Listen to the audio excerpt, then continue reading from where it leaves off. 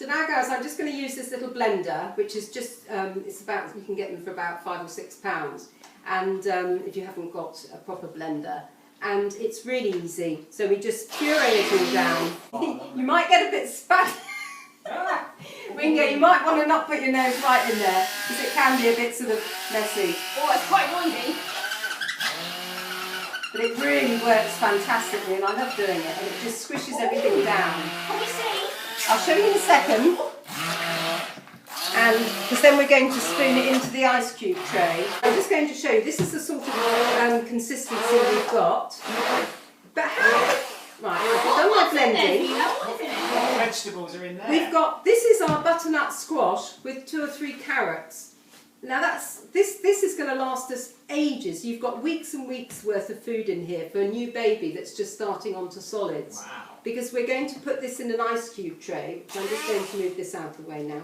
You didn't spend very much money on that, did you? No, and remember that we put the butternut squash in, which is a bit more, it's probably the most expensive vegetable. But all the things like the value bags of turnips, swedes, carrots, all those things are fantastic. Sweet potatoes, all really, really cheap. And but it's worth, you know, every so often getting a butternut squash as well. But those foods, you know, you're probably talking about 5p a meal, if that. That's Really, really cheap. Especially when that jar was very expensive. Yeah, It definitely. is. And so we're going to put this into an ice cube tray.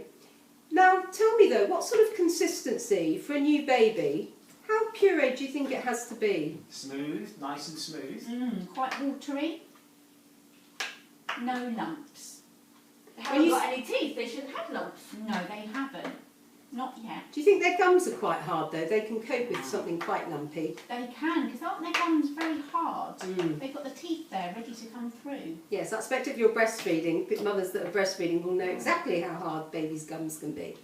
But so what's important though is how quickly do we move them on? So we're going to start with a newborn baby. The food would be very pureed, almost like sort of a thick yoghurt with no lumps in it, as you say. So from about 6 months, yeah. Yeah, and then how quickly do you think, how do we know when to move them on to the next stage? I think it will be at least a few months before they can have lumps. No, they can move on quite quickly. Once they're coping with taking that food off the spoon, they can move quite quickly to slightly lumpier. Well, why? And then more lumpy. Why do you do it so quickly? It's not that important that they start getting lumps. They need to learn, they need to make progress, they need to get quickly onto lumpy food so that they can start eating the same foods as the rest of the family. Why do you think it is important to move a baby on from very puree foods to slightly thicker and more lumpy foods quite quickly? What other things does it help? I heard that moving lumpier foods around the mouth using the tongue and the muscles helps with speech development. Absolutely. I like speaking, I can sing songs. It is, it's very important, and the speech therapists tell us that as well, is that you do need to move the babies on so that they are taking good, lumpy but soft food at about 7-8 months, and that's why, you know, we do need to move them on. Just like with milk, you know, when they're finishing off the milk, you put them up to the next amount. So if you missed that, what would happen? Would they not be able to talk? Babies, that's a very good point. Babies that don't move on to lumps quite quickly and more solid food do become babies that gag on any little lump that you give them. Oh, so if sometimes they miss spit it out and things as well, don't they? Yes. Now actually spitting out is slightly different, but going on to the lumps, it's very important, but otherwise they become babies that really hate anything lumpy and they gag on it and do all sorts of things. So we do need to move them on. But going back to, you just mentioned about the spitting out, what have I done? I've done all this work and now I'm going to give it to my baby. What if they spit it out? Well, I just put it in the bin, they obviously don't like it. No, keep trying. It's natural. Yeah, keep offering, offer again.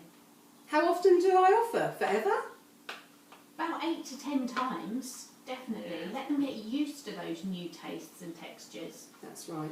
Spitting out is a normal reaction for a lot of babies. Sometimes it means that they're not quite ready to be on solid food, so it might be worth waiting a week or two if they do that with everything you give them.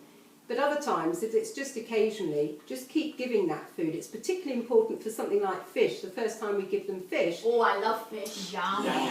But sometimes if a mother doesn't like fish or a father, they give the baby fish and the baby spits it out and they go, oh, I don't like fish, and so, nor does he. so they don't give it anymore. But it's really important to keep offering it to your baby, and then after about 6, 7, 8 times, they start taking it and accepting it and becoming familiar with it.